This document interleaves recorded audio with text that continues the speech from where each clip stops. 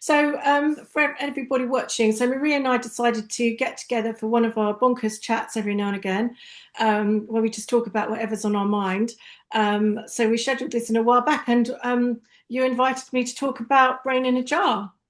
I did. The thing is, Sue, that book is just so perfect. Like everything about it is so accessible and so informative, and that you've given the what's it called? You know, you give the name of the person, citations. You've given citations for everything you say. Yeah, And so, someone who loves a bit of science and data, like the kind of skeptics out there, yeah, they love that. They have a yeah, feast on all the kind of, check this out and look up that bit. yeah. And I literally didn't look at any of them because I believe you and I know you've done the work and I don't need you to prove it to me. Oh, bless you. Thank But you.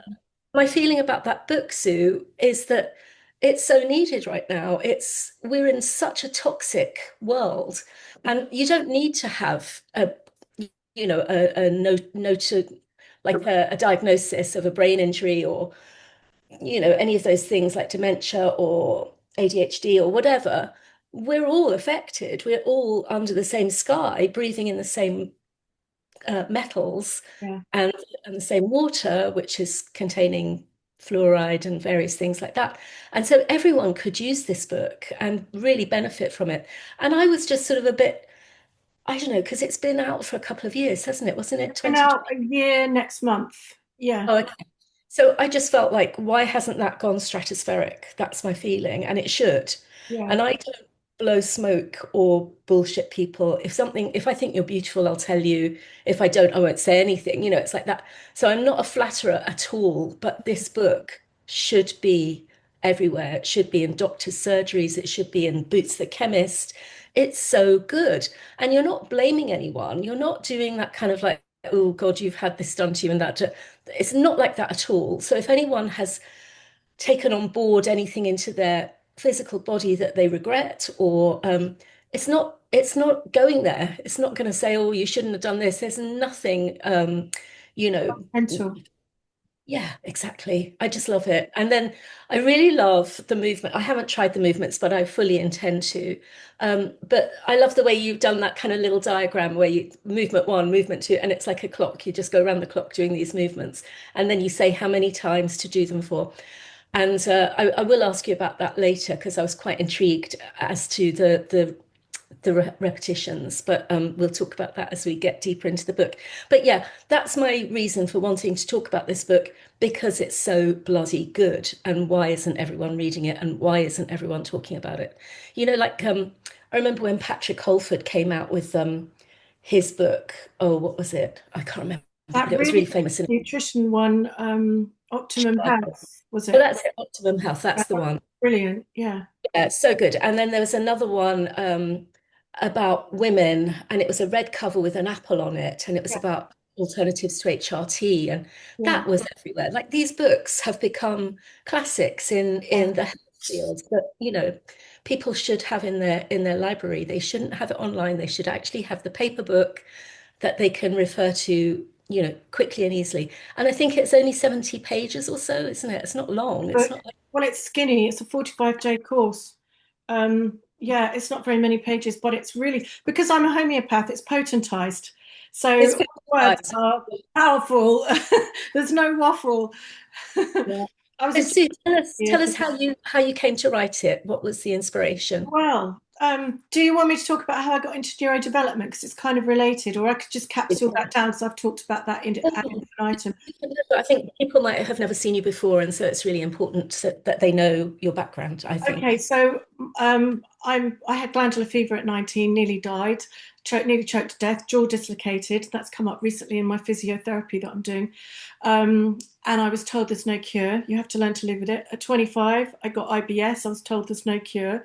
And then, but there is. I got myself sorted from that. And then when I went to university, got myself a health degree, and then specialised in homeopathy, trained by medical doctors. And then my son was born, and he'd got the off-scale dyslexia, and they said there's no cure. And I thought, well, I am not going to be upper limited by anyone else. I'm not going to believe what anyone else says. My child's not happy. I'm going to sort this out. So I went on this big panicky rabbit hole and spent 3 days Googling stuff, discovered this whole world of neurodevelopment and brain rewiring and the potential to change your brain through movement and things, learned it to help him. His life was changed. My life was changed because my phone rang off the hook. So within 3 months, I'd worked with about 100 kids. And then that became my life as I started doing mostly neurodevelopment. And then somebody asked me to train them. So I did that. And then, I mean, all this stuff has been reactive with people asking me, can you work with my kid? Can you teach us? Can you teach us? And then someone else said, somebody I know has been diagnosed with early onset dementia. Can you help them? And I said, I don't know. And they said, would you try? And I said, yes, but I have no idea what's going to happen. So I turned up around this person's house with all my homeopathy stuff, all my nutrition stuff, all my neurodevelopment stuff, took the case, kind of like panicking, feeling like, oh, am I out of my depth? I don't know, but they've said it's okay if I can't do anything. So I put her on some really high density nutrients. And at the time, because this was like 10, 11 years ago now, I didn't even know what a heavy metal detox was back then. But what I'd inadvertently done was given her, because I knew enough about nutrition to think, I think she needs this, was basically a heavy metal detox. So she had that. So she had super, super, super good nutrition. She was given a neurodevelopment course and she was given the appropriate homeopathic remedies, whatever the hell that was, I can't remember. And her progress was like remarkable. It was like dramatic. Her memory came back, proper nouns came back, and she was functioning again very well, very quickly. So then I spoke to my world, all the people I knew at the time, and I said, can I test this on you? Not for anyone who'd been diagnosed with early onset dementia, but for people who wanted to keep their memory sharp, people who wanted to sharpen their memory, people who'd got adults with learning issues, all the whole shebang. So I started doing what I'd done across 4 gyms in Essex, and I tested what I'd done for 2 years on all manner of people of all ages, boys, girls, women, men, everybody. And memories were sharp. Memories were very, very close. Memories were just razor sharp. People's memories were good and people's fitness improved. Their happiness improved because weirdly, one of the side effects of doing all the exercises in the back of the book is that you feel happy. Really? A massive hit. And God. it just makes you smile and laugh. It's bonkers. It's just so then scroll on a few years. I moved to Felixstowe. We had lockdowns. I went into a bit of a panic over that because I'm quite an anxious person and a bit of a conspiracy theorist. So I was like, oh no, what's going on? And then it was like just over a year ago, I was doing a Marissa Peer hypnotherapy course that she did for a week, free course she did on YouTube, where she was inviting us to, get our, ducks in a row. And on, I think it was like the 3rd or 4th session that week, this book walked into my life fully formed with the name of it and what I needed to do. It was just like, oh, I just need to write it now. How amazing. So do Oh, you credit in Marissa Peer with sort of accessing something in your yeah. brain? Yep, To, she's in the back under extra resources or something somewhere. And yeah. other resources she is at. Yeah, is she there? Yeah, you mention her a lot, so Oh, she's she's amazing. good. She's been such a good influence on me, and I do a lot of her style. I do it on myself most days. And I just absolutely love her work. So I wrote the book, and then I nervously sent it to you. You were the first person to read it. Really? And yeah, because I trusted you. And I was just like hiding under a rock, going, oh no, it's going to be terrible. And you left me 2 4-minute voicemails when I was in Calais with my partner saying about how incredible it was. And it was absolutely amazing to hear that because it's when you put something out there, it's a big deal. And especially something as revolutionary as this, Yeah. and you don't know how it's going to land, but it landed with you very well. So you encouraged me to get it done. And then I got it proofread by somebody who does creative writing. I got it proofread by an editor friend of mine, and we sifted out the lumps and just got it absolutely tickety-boo. And It's so clean, it's so concise and easy, and because I can be a bit intimidated by things that I don't like, areas of life that I don't know, and yeah, I don't know brain neurology and these things, and so I could have been like, oh, I'm scared of this, but actually, as soon as I started reading it, I was in and convinced and loved it. it's not intimidating because the way No, I sure. the parents of the kids I work with in my clinic always say to me, well, not all of them, but a lot of them have said to me that it's like I'm half mad scientist and half children's entertainer. So I make it fun because, Yeah. especially for the little children who come into my clinic, often they're tiny, they're used to being told they're wrong, they're used to struggling, they're used to not understanding, they're used to being told off, they're used to just everything being a struggle for them because of their learning issues. So when they come into my clinic, I big them up. I make them feel amazing about themselves. I show them what to do to sort out the issues they're having, and I make them feel good about themselves. And I explain the brain and I explain the science, and they think it's really good, and they get it because I can Brilliant. explain it in such a way that it's accessible. And so they're enrolled in doing the exercises in the course, and then they feel better. So they're more enrolled in doing it. And those are my favorite little So, patients. I just love little dyslexic kids. They're the best because they're so easy to work with rather than. and Um, how long would you expect to see a kid for before they start um, getting? the quickest a child has ever gone through my program was 3 months. And that was exceptional. That was one child, and they never go do that fast. But this boy did, and it stuck.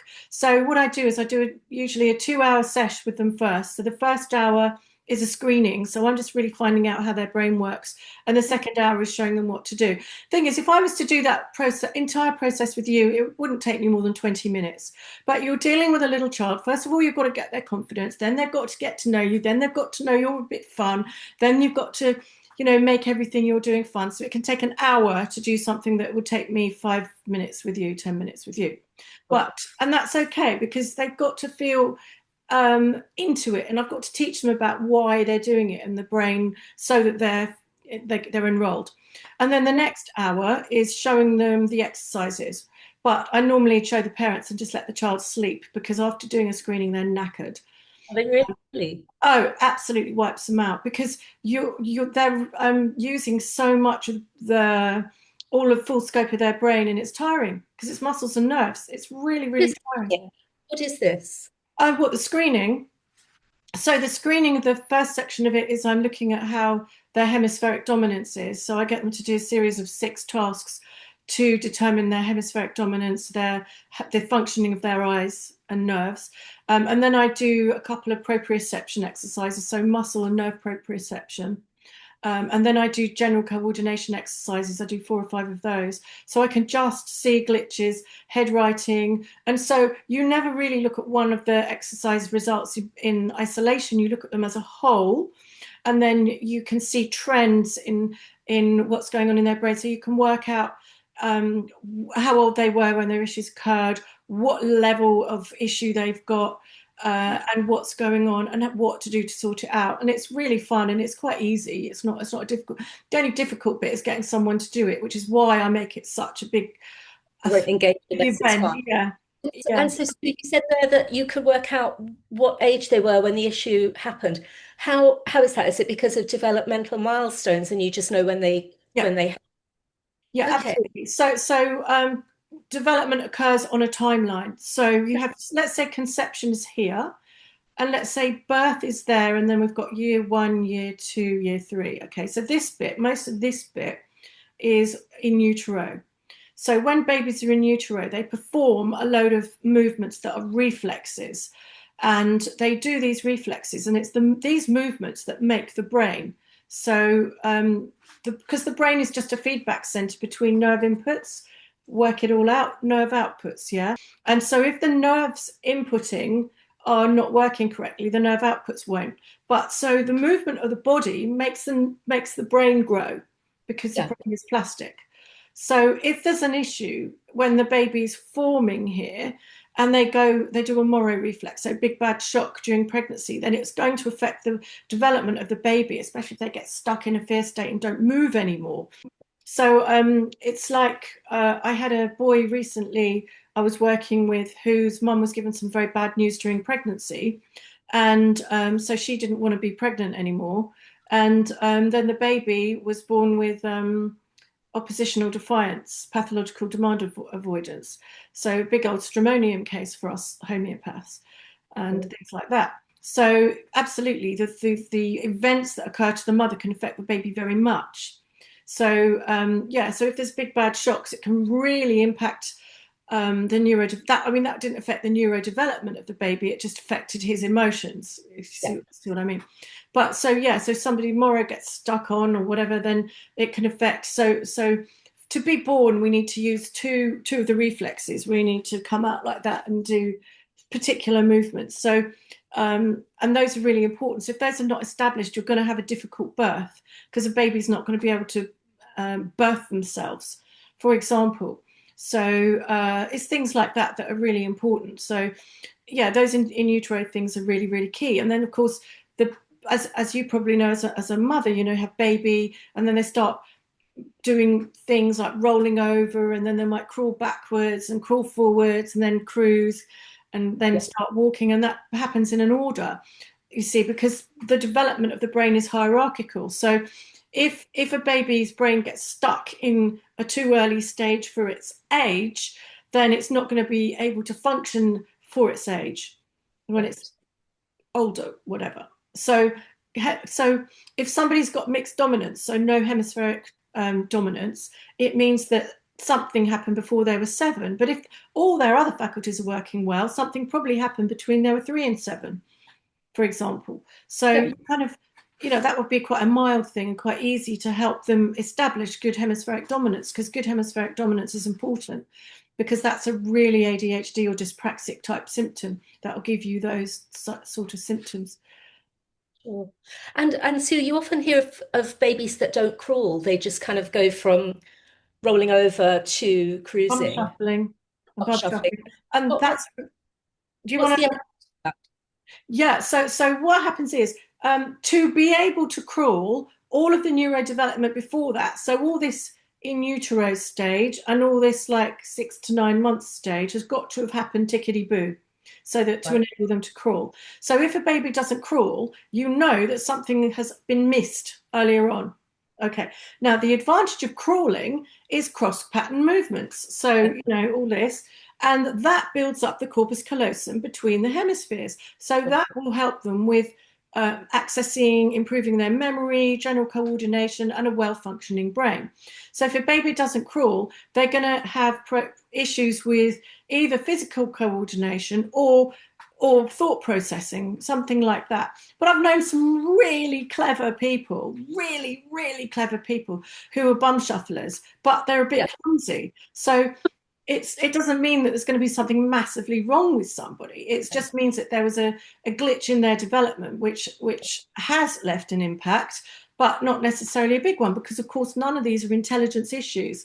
All they Sure. are things that will sabotage your ability to use your intelligence because they are affecting your senses. Oh God, it's so hard to keep it all in the head, isn't it? But Yeah, yeah. Oh wow. And so the screening process. So when you get the child in the room and you're engaging with them and getting them to yeah. enjoy the process, do they literally fall asleep afterwards? Yeah, a lot of them do. And it's so funny because the number of times, and I think it's actually 3 times, in all the kids I've worked with who have fallen asleep on my floor in my clinic. And then it's usually the dad goes, "You killed him." No, no, he's asleep. Well, he's never done that before. Yeah, no, when Jerry works on children, because my sister's a craniosacral therapist, so Oh, she'll just hold them, she can hold them through the nappy, whatever. And yeah, they often just, like babies that like to move all the time, they just fall asleep. yeah, So I think it's not just that they're tired from the process. I think that something within their being yeah. needs to kind of quieten down so that it can be anchored in. Yeah, That's I think so. And it's really resting. And because when I do the screening, quite often it does kind of click a few things into place, a bit like with yeah, osteopathy, but not. it does click things into place. And yes, they do need to rest. So I always say to them, the mum and dad, just leave him. Reckoning with that. I don't know. It's weird, isn't it? Because I often think about this because my dad had ADHD, and I think about what went on because nowadays it seems everyone's being diagnosed with ADHD. But back then, when dad had was around, you didn't see people behave like him. There wasn't anyone. There was just him who never sat down in a chair and worked 7 days a week till he was 75 or at 78 or whatever it was. People weren't like that, but he was. And Was he in, sorry to interrupt, Sue, was he in some war? he did national service, and he refused to. They wanted to post him to Burma to work on tanks, so he deliberately failed his tank test. He was an engineer because he wanted to work on diesel engines, and I'm so proud of him for that because I think it's so funny. What a Yeah. rebel! Burma But would have finished them off as well. That would be awful. yeah, I mean, I think he was born in 1932, I think. And so he was a small child when the Second World War started. So yes, he did go through a war, but only as a child. And then when the Falklands War started, because he'd done national service, he wanted to go there as in the TA, but he didn't. So he joined Yeah. the TA again in case he got, because it was that generation were very kind of Patriotic. enrolled in supporting the country, weren't they? I don't know if Yeah, you. totally patriotic, and they love the Queen and country. And right. So then, the good thing about your program is it's movement, it's nutrition, it's what's the other thing? It's heavy metal detox and neurodevelopment and homeopathy. Yeah. So it's very simple and very accessible, and you don't need lots of money. Yeah, And you sell the actual I products. do on my That's shop. But also the other thing is, if you do a heavy metal detox, parasites will come out anyway. And if they yeah, don't, just add in some oregano. So you can really sort all this out because parasites will be present if there's heavy metals. So if you get rid of the heavy metals, parasites will go. yeah.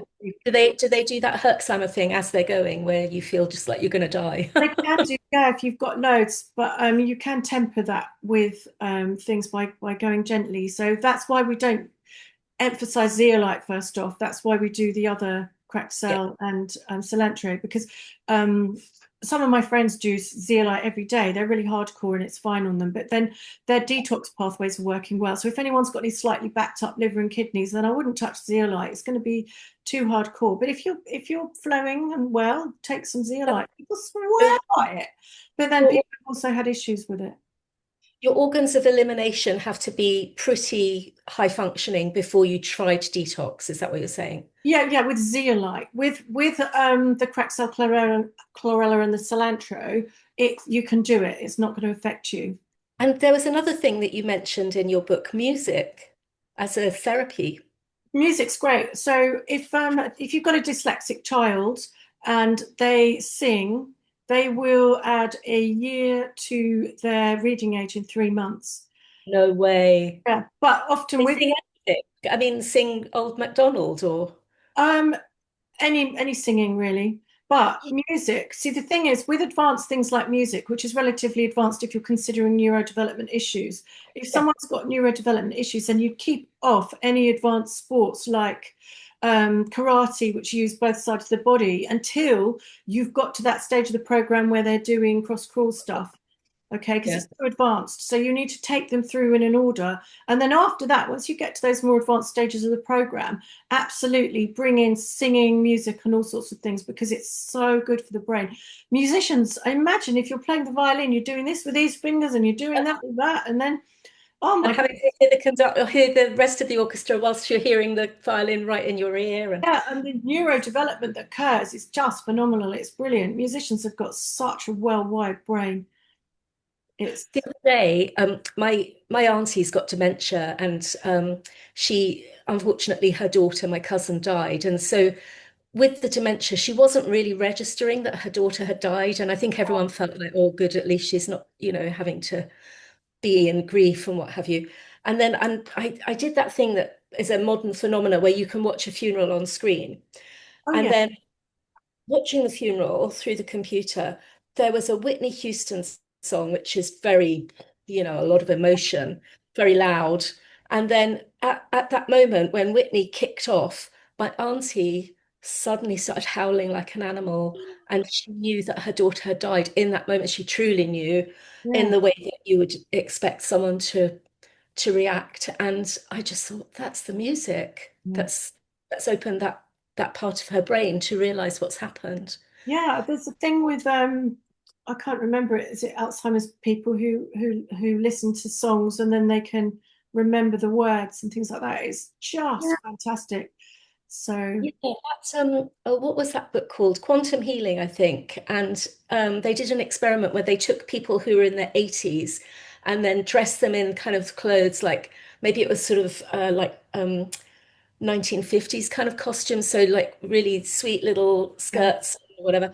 And then they took them to a bar, what's it called? Like a milk bar. What are those things called where you have a waitress and you sit at a bar and you have oh milkshakes? yeah, That yeah, took them there, and the jukebox played all the music from that era. yeah, But before they took them, they did all the sort of tests to see blood pressure, all of those things. And then once they'd been exposed to this, where they would have been at their best, their optimum, yeah, and then tested them all, their cognitive function and everything, they were brilliant. They were really all not back to how they were, but they were so improved that it did make me realize that. And I think music was a big part of that. They'd have had Chuck Berry on the jukebox, and it would access that yeah. youth in their brain again. So Yeah, and it's all the stuff that's familiar to them. And so it would have reset their brain at an earlier stage when they were young. How yeah, fantastic is that without even realizing it? They can just get that feeling yeah, back just by changing their environment. so good. I love So, it. Sue, your book, where is it available So from? people can buy this on Amazon, of course, on my website, well, on my shop, brainbuzzshop.com, which is two Zs. Yep. It's available at Helios Homeopathic Pharmacy. It's available at Kenny's Bookshop in Ireland. Oh, nice. And we will be having a book launch in Long Melford on September the 3rd or 4th. I'll post it below. And we will be selling, me and my friend Rachel, who's just published a book. So we're having a book launch there, and we've got a few others planned as well. Amazing. It's Well, 17 I highly pounds. recommend. Sorry, go ahead. £17. Oh, bargain. Yeah. It's such a good book. I actually gave my copy to a friend of mine, and you very kindly sent me the book again. So thank you very much. But Sue, it's been great talking about your amazing book, and I really hope everyone listens and buys it because it should be a bestseller, should be the New York Times bestseller list and all of that great stuff. So hopefully that will happen for you. Yeah, thank you. I love how you support me and you love my work. It's so nice. It's so validating. Thank you. It's so important to feel, to get that. No, you're brilliant at what you do, Sue, and you're so lovely as well. So you Thank you, deserve it. darling. Thank you. Great.